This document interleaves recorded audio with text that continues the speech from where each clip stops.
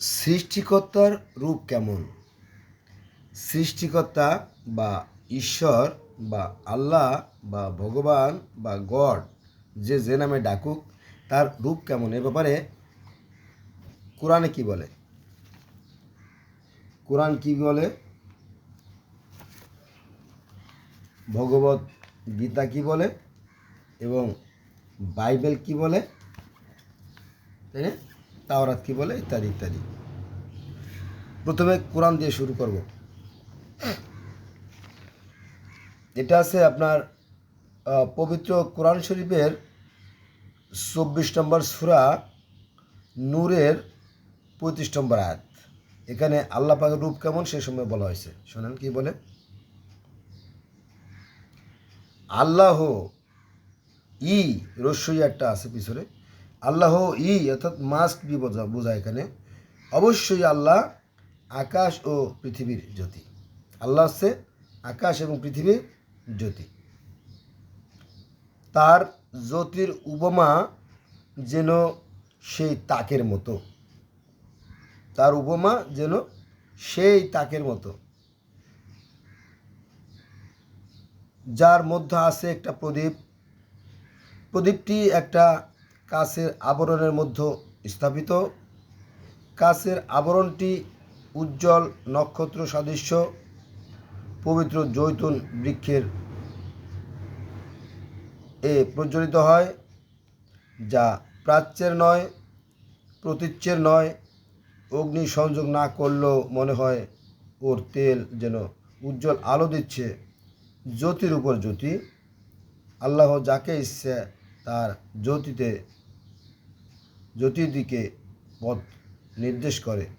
আল্লাহ মানুষের জন্য উপমা দিয়ে থাকেন এবং আল্লাহ সর্ববিষয়ে সর্বজ্ঞ। বোঝা গেছে? এটা কোরআন শরীফে আল্লাহর রূপ কেমন।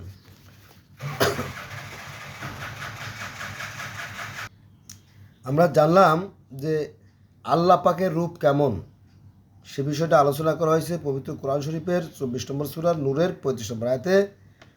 সেখানে কাচের কথা বলা হয়েছে। কাচের প্রেরণায় যেমন আলো শতদা বিভক্ত হয়ে প্রকাশিত হয়, সেই কথাটা যেমন আসছে, ঠিক বেদেও সেই একই রকমের কথা আছে। দেখেন কি বলা আছে, কালরূপ পরমাত্মা। এটা কিন্তু বেদ থেকে, হুবহু বেদ থেকে। কালরূপ পরমাত্মা এই দুলক পৃথিবী সৃষ্টি করেছেন কাচের প্রেরণায়।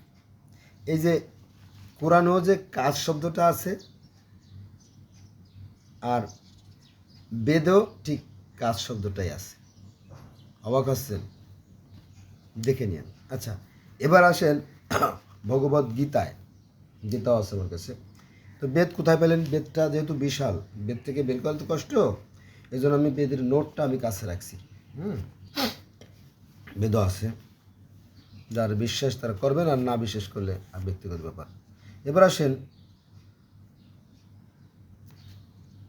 ভগবত গীতায় কি বলা আছে। এখানে বলা হয়েছে যে চর্ম চক্ষুতে আমাকে দেখা সম্ভব নয়। সৃষ্টিকর্তার কথা। এটা আছে আপনার 11 অধ্যায়, অর্থাৎ 11তম অধ্যায়ের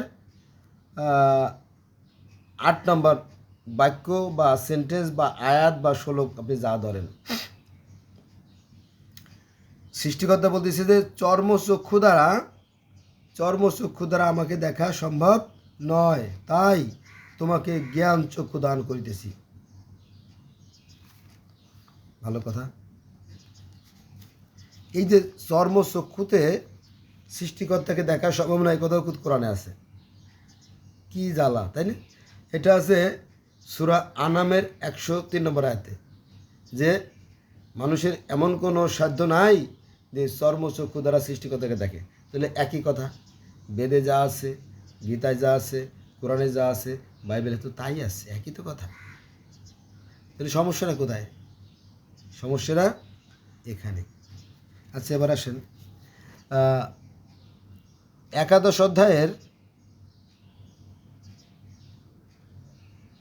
12 নম্বর বাক্য বা সেন্টেন্স বা আয়াত বা সূক্ত যাই বলেন।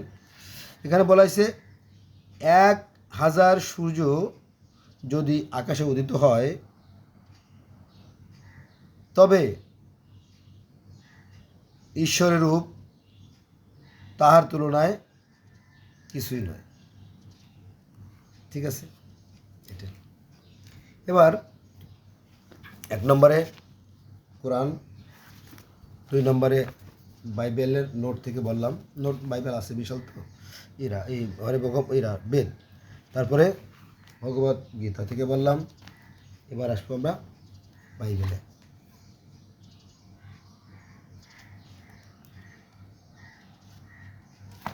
এখানে বলা হয়েছে যে সৃষ্টিকর্তার রূপ হচ্ছে জ্যোতিময়, সে এক অতিকায় জ্যোতি, সে এক অতিকায় জ্যোতি, একই কথা। কোরআন যা বলতেছে বাইবেল তাই বলতেছে, অতিকায় জ্যোতি। তো সেই জ্যোতির আবার আছে 7টা আত্মা, অর্থাৎ তারই অংশ, অবিচ্ছেদ্য অংশ। তারা কি করে? তার প্রতিনিধি হিসেবে কাজ করে। যেমন প্রধানমন্ত্রী শেখ হাসিনা তো সব কাজ করেন না, তিনি তার দপ্তরে বসে নির্দেশ দেন আর সচিবরা, মন্ত্রীরা সেগুলো পালন করে, ঠিক না? তারা তার ডান হাত বাম হাত, ঠিক না? আবার পুলিশও সরকারি কাজ করে, আবার যারা চৌকিদার তারাও সরকারি কাজ করে, হ্যাঁ, করে না? ডিসি, এসপি, ওসি, ইউনো, টিউনো এরাও সরকারি কাজ করে, অনেকটা এরকম ঠিক। তো এখানে বলা হয়েছে যে বাইবেলের, এটা বাইবেল, তো সেখানে তার আছে 7টা আত্মা। যেখানে প্রয়োজন হয় তিনি তো বিশ্রামে, তিনি তো সেই সপ্তম আকাশে নূরের সিংহাসনে সমাসীন, যেটা কোরআনে আছে যে 6 দিনে তিনি পৃথিবী সৃষ্টি করার পরে তিনি আরশে সমাসীন হলেন। ওই বাইবেলে একই কথা, তিনি আরশে সমাসীন হলেন, তিনি বিশ্রাম নিতে গেলেন। আর তার যে প্রতিনিধি, যে 7টা আত্মা, তারা তার পক্ষ থেকে বিভিন্ন কাজ করে তার কাছে মেসেজ দেয়। বোঝা গেছে বিষয়টা? এই so we have come to know from the holy Veda. বেদটা আমার কাছে আছে কিন্তু বের করে দরকার নেই। We have come to know from the Holy Veda and Holy Bhagavad Gita and Holy Quran and Holy Bible. From these 4 books, we have come to know that there is no difference in the face of Almighty Creator. Isn't it? Yes, I am. আমরা বেদ, গীতা, কোরআন এবং Bible থেকে জানতে পারলাম যে সৃষ্টিকর্তার রূপ সেই is a big light, A kinds of light, isn't it? আচ্ছা, এর সাথে আর একটু যোগ করলে মজা হয়। গিলগেমেসের মহাকাব্য যদি পড়ে, মানে গোটা পৃথিবীর সর্বপ্রাচীনতম যে গ্রন্থ গিলগেমেসের মহাকাব্য, সেখানে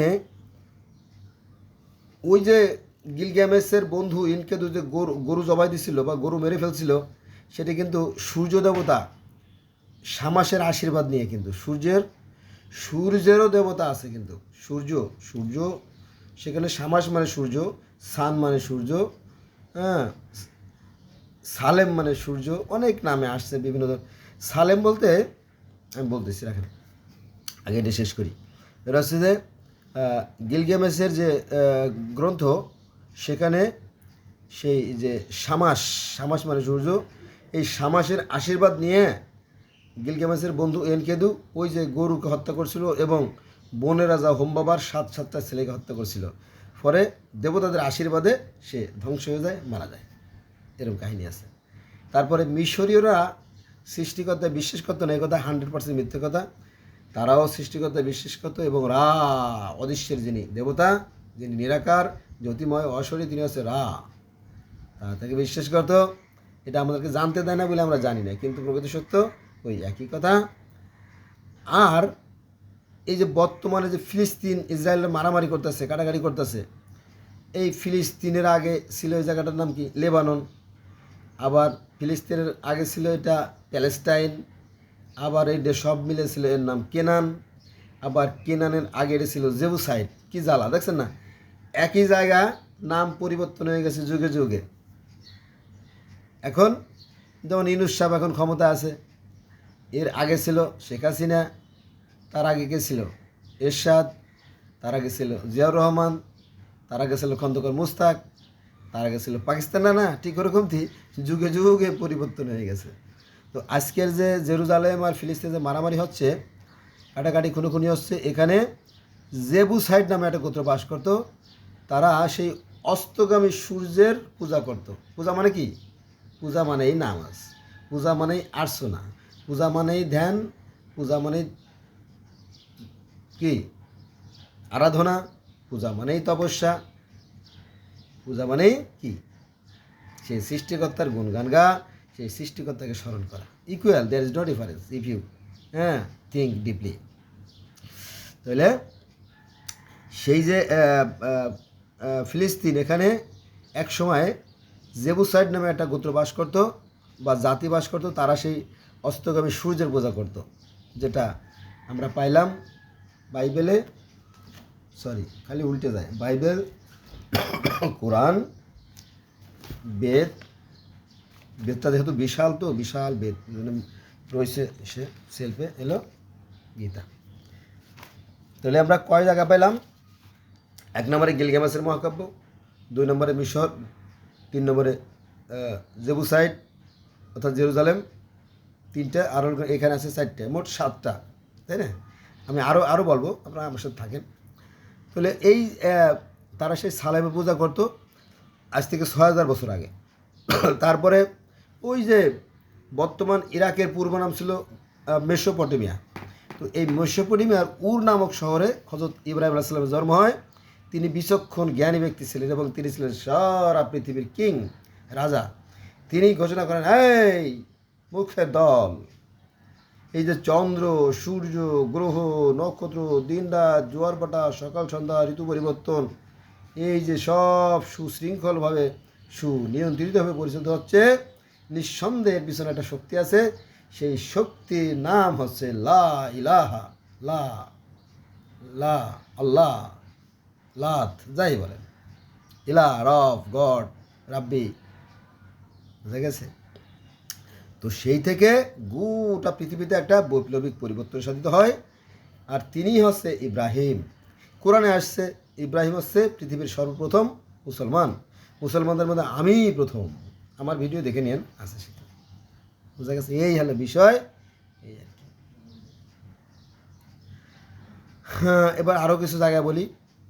আপনি যদি আফ্রিকাতে যান, আফ্রিকার একটা জাতি আছে ফান, ডগন, রাস্টাফারাজিয়াম, অনেকগুলো জাতি আছে, প্রায় 300-400 মতো ধর্ম আছে, ছোটো ছোটো ছোটো ছোটো ধর্ম। তো সেখানে তারাও সেই সাইরাস তারা, মানে ওই যে রাতের বেলা যে জল জল করে যে আলোটা, এই সাইরাস তারাকে তারা সৃষ্টিকর্তা হিসেবে মানে। এবং তাদের মধ্য থেকে, অর্থাৎ আফ্রিকানদের মধ্য থেকে যারা একটু ধার্মিক পুরোহিত, তারা 3 মাসের খাবার নিয়ে পাহাড়ের একদম সুউচ্চ চূড়ায় চলে যায় এবং সেখানে তারা ধ্যান সাধনা করে এবং ঈশ্বরের সাথে কথা বলে, সৃষ্টিকর্তার সাথে কথা বলে 3 মাস ধরে। কথা বলতে বলতে বলতে বলতে তারপরে এক সময় সে সেখান থেকে নেমে আসে। নেমে আসার পরে সবাইরে বলে যে এইভাবে ঈশ্বরের সাথে এইভাবে কথাবার্তা হয়েছে, ইত্যাদি ইত্যাদি একটা ধারণা আছে। আবার আমরা যদি রাশিয়াতে যাই, রাশিয়া পৃথিবীর বৃহত্তম রাষ্ট্র, রাশিয়া অর্থাৎ পুতিনের যে রাশিয়া, ভ্লাদিমির পুতিন। তো এই পুতিনের যে রাশিয়া, এই রাশিয়ার সাইবেরিয়া অঞ্চলে একটা ধর্ম আছে, তাকে বলা হয় সামানিজম। তো তারা সেই সৃষ্টিকর্তার কাছে যায় নাই মিরাজে, বরং সৃষ্টিকর্তাকে তারা ডেকে আনে। তারা ডাকে, হে সৃষ্টিকর্তা, দেখা দাও, দেখা দাও, দেখা দাও, দেখা দাও, দেখা দাও, কথা বলো, দেখা দাও, কথা বলো, দেখা দাও, করতে করতে করতে সেই সৃষ্টিকর্তা হাজির হন এবং তিনি কথা বলেন, কিন্তু দেখা যায় না। সামানিজম ধর্ম আপনারা দেখে নিন, গুগলে সার্চ দিয়েন বা ইউটিউবে সার্চ দিয়েন, হ্যাঁ, সামানিজম ধর্ম দেখে নিন। আমারও ভিডিও আছে সামানিজম ধর্মের পর, এটা হলো বিষয়। তারপরে কেল্টিক ধর্ম, তারপরে আপনার অ্যাজটেক ধর্ম, মায়ান ধর্ম, ইনকা ধর্ম, সব সে একই সৃষ্টিকর্তার বিভিন্ন নামে মানুষে ডাকে। এবার আমরা চলে যাব অ্যারাউন্ড দ্য ওয়ার্ল্ড ফেমাস একটা রিলিজিয়ন, সেটা হচ্ছে গ্রিক মিত্রাই, অনেক ধর্ম আছে। তো সেই গ্রিক ধর্মের যিনি সৃষ্টিকর্তা তিনি হচ্ছে কি কাওয়াস, তিনি হোক সেই নিরাকার জ্যোতিময় অশরীর, এবং তারপর হাত পাও আছে। যেমন কোরআনে কোরআনে কোরআন আল্লাহবাকের হাত পা আছে, কিন্তু হাত পা মুখ আছে না, সেই কাওয়াস। আপনি এখনই গুগলে সার্চ দেন অথবা ইউটিউবে সার্চ দেন, দেখবেন যে একটা একটা জ্যোতি, একটা একটা আলো, একটা সূর্য। এই সূর্যের আবার কী আছে, ছোটো ছোটো হাত পাও আছে, মুখ আছে। এটা হচ্ছে কাওয়াস, গ্রিক ধর্মের, রোমান ধর্মের কাওয়াস। গ্রিক ধর্ম আর রোমান ধর্ম একই, তবে নামটা একটু ভিন্ন আর কি, বুঝছেন, এই আর কি, এই জন্য একসাথে বললাম। তো সেখানে সেই স্বর্গ, নরক, পৃথিবী, তারপরে স্বর্গে সেই যুদ্ধ, তারপরে সেই মাটি দিয়ে মানুষ তৈরি করা স্বর্গের দেবতা, সবই আছে যদি আপনারা দেখতেন। তাহলে এত কথা কেন বলি আমি? যেহেতু আমি জগতের বিভিন্ন ধর্মের ছাত্র, একটা ভিডিও দিয়ে তো আপনাকে আমি অনেক ধর্ম শিখিয়ে দিতে পারবো না। আমার সাথে থাকলে ভালো লাগবে, আস্তে আস্তে জানতে পারবেন। আর আমি যেটা বারবার বলি সেটা হচ্ছে যে please please please, above all my request, let's go from today, we shall never call for the religion. চলুন আজ থেকে আমরা শপথ নেই, ধর্ম নিয়ে আর বাড়াবাড়ি করবো না, ধর্মের ব্যাপারে বাড়াবাড়ি করবো নেই। কয় মিনিট হলো? 16 মিনিট অলরেডি হয়ে গেছে। আমাদের একটাই আকাশ, আমাদের একটাই আকাশ, একটাই পৃথিবী, পরে আকাশ, একটাই পৃথিবী, একটাই সূর্য, একটাই চাঁদ, একই অক্সিজেন আমরা গোটা পৃথিবীর মানুষ ভোগ করি। পৃথিবীর প্রত্যেকটা মানুষের রক্ত লাল, পৃথিবীর প্রত্যেকটা মানুষ সুখে হাসে, দুঃখে কাঁদে, শীতে কাঁপে, প্রত্যেক আবেগ অনুভূতি এক, ঠিক না? 100% এক। অতএব again I shall request to you, don't call for the religion. আবারও বলবো যে ধর্ম নিয়ে বাড়াবাড়ি করবেন না। আমাদের ধর্ম একটাই, যে পৃথিবীর আমরা যে 800 কোটি প্লাস মানুষ আছি, 800 কোটি প্লাস, হ্যাঁ সংখ্যাটা আমি ভুলে গেছি, সংখ্যাটা আমার কাছে লেখা আছে। তো সবাই ক্ষুধা লাগলে আমরা কাতর হয়ে পড়ি, পেটে আগুন জ্বলে, ঠিক আছে? আর এই সৃষ্টিকর্তা হচ্ছে যে এই যে চন্দ্র, সূর্য, গ্রহ, নক্ষত্র, দিন রাত, জোয়ার ভাড়া, ঋতুপতি, সকল সন্তান যে পরিবর্তিত হচ্ছে, এর পিছনে একটা শক্তি আছে। সেই শক্তিকে জগতের মানুষ বিভিন্ন নামে ডাকে। আবার আমরা যে মরে যাব তা না, সেটা ভাবার না। আমরা কিন্তু, আমাদের কিন্তু মৃত্যু নাই, আমাদের মৃত্যু নাই, আমরা মরে যাব কিন্তু মরবো না। যে 360 ডিগ্রি না কি জানি আপনার যমুনা টিভিতে একটা কথা বলে যে যাচ্ছি কিন্তু যাচ্ছি না, যাচ্ছি কিন্তু যাচ্ছি না। আমি সেভাবে বলবো যে আমরা কিন্তু মরে যাব কিন্তু মরবো না, কারণ কোনো কিছুর ক্ষয় লয় বিলীন বলে কিছু নাই। যে সমস্ত ভাইয়েরা সায়েন্সের ছাত্র তারা বুঝবেন, বা মেডিকেলের ছাত্র তারাও বুঝবেন যে শক্তির কোনো ক্ষয় নাই, একটা শক্তি আর একটা শক্তিতে পরিবর্তন হয় মাত্র, এটাই। তো আমাদের এই মানব দেহ, আমাদের দেহটা পচে যাবে, আমাদের দেহটা পচে গেলে মাটির সাথে মিশে যাবে, কিন্তু আমাদের ভিতরে যে বীজ রূপে প্রাণ বায়ু আছে, ওই যে মনে আছে সূরা বাকারায় 34, 35, 36 নম্বর আয়াতে আছে, এলো যে আদমের মধ্যে আমি আমার রুহু ফুঁকে দিলাম আর সে সচল হয়ে গেল। তো ঠিক ওইভাবে প্রাণ বায়ুটা যখন বের হয়ে যায় তখন এই দেহটা পচে যায়। তো ওই বীজটা যেহেতু রয়ে গেল, এই জন্য ওই পুরাতন দেহ দিয়ে আল্লাহ পাক আবার যে নতুন মানুষ তৈরি করবেন, এতটা দুর্বল তিনি নন, তিনি ওই বীজ দিয়েই আবার নতুন করে ফ্রেশ, একেবারে ফ্রেশ দেহ তৈরি করতে পারবেন। হ্যাঁ, এটা তিনি খুব সহজে করতে পারবেন। অতএব আমাদের এই আত্মা ঊর্ধ্বগামী হয়, এই আত্মা আল্লাহর কাছে চলে যায়। ভালো আত্মা হয়তো লিনে চলে যায় আর মন্দ আত্মা ছিঁড়ে চলে যায়। কিন্তু এই ব্যাপারটা নিয়ে আমার আবারও বলতে হয় যে আমি আলেমদের বদনাম করতে চাই না, তারপরে কথায় চলে আসে যে এরা মানুষকে, সাধারণ মানুষকে ধোঁকা দেয়, কবরের আযাবের কথা বলে বলে, ওই আগুনের কথা বলে বলে, সাপের কথা বলে বলে মানুষকে ধোঁকা দেয় না, তারা তাদের পেট ভরার জন্য, ঠিক আছে? আজকে এই পর্যন্ত রইল, সবাই ভালো থাকবেন আর সাবধান থাকবেন, ঠিক আছে? চারিদিকে শত্রু দল করিতেছে কোলাহল, আতঙ্কে হৃদয় কাঁপে, সঙ্গে না হয়তো। আমারে অনেকে গালাগালি করে, জানেন, খালি গালাগালি করে, পণ্ডিত বাংলা পড়িয়া, বাংলা কোরআন শরীফ পড়ে তুমি পণ্ডিত হয়ে গেছো, এরকম। বেটা, আমি জার্মান ভাষায়, রুশ ভাষার, ইটালি ভাষা, তার অন্য যে অনেক ভাষায় পৃথিবীর যে আরও 120টা ধর্মের আলোচনা নিয়ে আমার ভিডিও আছে, দেখবেন 120টা ধর্মের মানুষরা তাদের সৃষ্টিকর্তাকে কী নামে ডাকে। তো দেখেন যে সুজন সুরভ করে সুজন সুরভ করে কুরব নাসিয়া, আর কুজন কুরব করে সুরভ নাসিয়া। যারা খারাপ তারা খারাপভাবেই দেখবে, তারপরে আমার কাজ চালিয়ে যাব, আর আপনারা আমার জন্য দোয়াও করতেই থাকবেন। Bye bye.